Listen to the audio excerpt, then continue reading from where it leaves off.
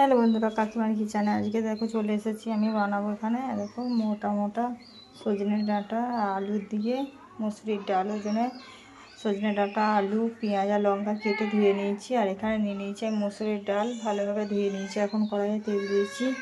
এখন সবজিগুলো অ্যাড করে দেবো, ভালোভাবে ভেজে নেবো।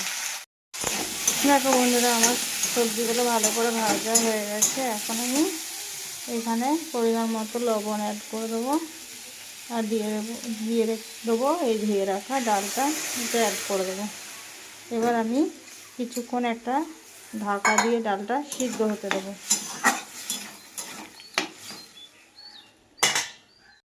দেখো বন্ধুরা, আমার ফাইনালি একদম সজনে ডাঁটা আলু মুসুরির ডাল পুরো রেডি হয়ে গেছে। এখন নামিয়ে নিয়েছি। এবার এভাবে বানিয়ে তোমরা খেয়ে দেখো, খুবই সুন্দর লাগবে। আর যদি ভালো লেগে থাকে আমার চ্যানেলটাকে সাবস্ক্রাইব করে দিও আর লাইক কমেন্ট শেয়ার করতে ভুলো না। ঠিক আছে, চলো বন্ধুরা, টাটা।